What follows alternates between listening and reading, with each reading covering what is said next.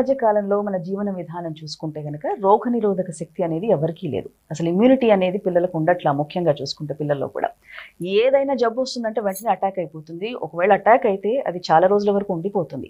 అంటే ముఖ్యంగా మన శరీరంలో రోగనిరోధక శక్తిని పెంచుకొని మన ఆరోగ్యాన్ని కాపాడుకోవాలంటే ఏం చెప్తారు మీరు? అసలు మనకు ఆయుర్వేదం అనేటువంటిది ఒక ప్రివెంటివ్ సిస్టమ్ ఆఫ్ మెడిసిన్గా మనం చెప్పుకుంటాం.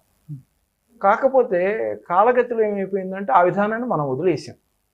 నేను చాలా కాలం ప్రయత్నం చేసి వాతము పిత్తము కఫం 3 గుణాలు ఉంటాయని చెప్తారు.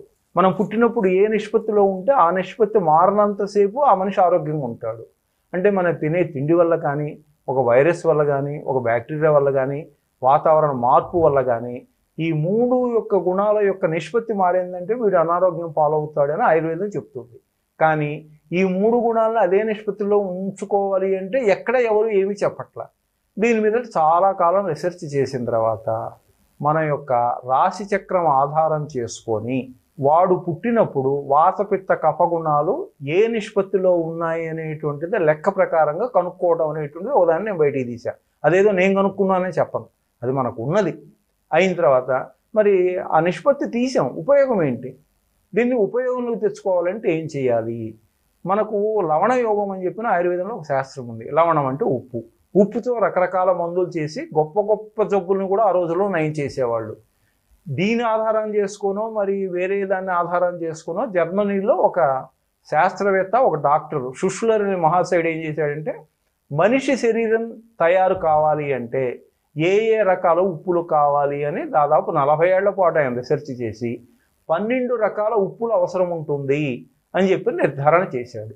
చేసిన తర్వాత ఆయన ఏంది ఇంకొక మెట్టు ఎక్కి వెంటనే 12 రాశులు ఉన్నాయి కాబట్టి 12 ఉప్పులు ఉన్నాయి కాబట్టి ఏ రాశికి ఏ ఉప్పుకు సంబంధం ఉందనేటువంటిది కూడా నిర్ధారణ చేశాడు.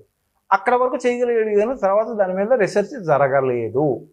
కారణం వాళ్ళంతా సౌరమానం ప్రకారం అంటే సన్ జొడాయిక్ ప్రకారం ఫాలో అవుతారు. మనమంతా 2 అంటే లూనార్ చాంద్రమానము సౌరమానము 2 సంయుక్తంగా మనం ఫాలో అవుతాం. అంటే ఒక అథెంటిసిటీ కావాలి, ఒక లెక్క ప్రకారం కావాలి అంటే మన పద్ధతి ఏదైతే ఉందో జ్యోతిష్ శాస్త్రంలో దీన్నే లెక్కకు తీసుకోవాల్సి వస్తుంది.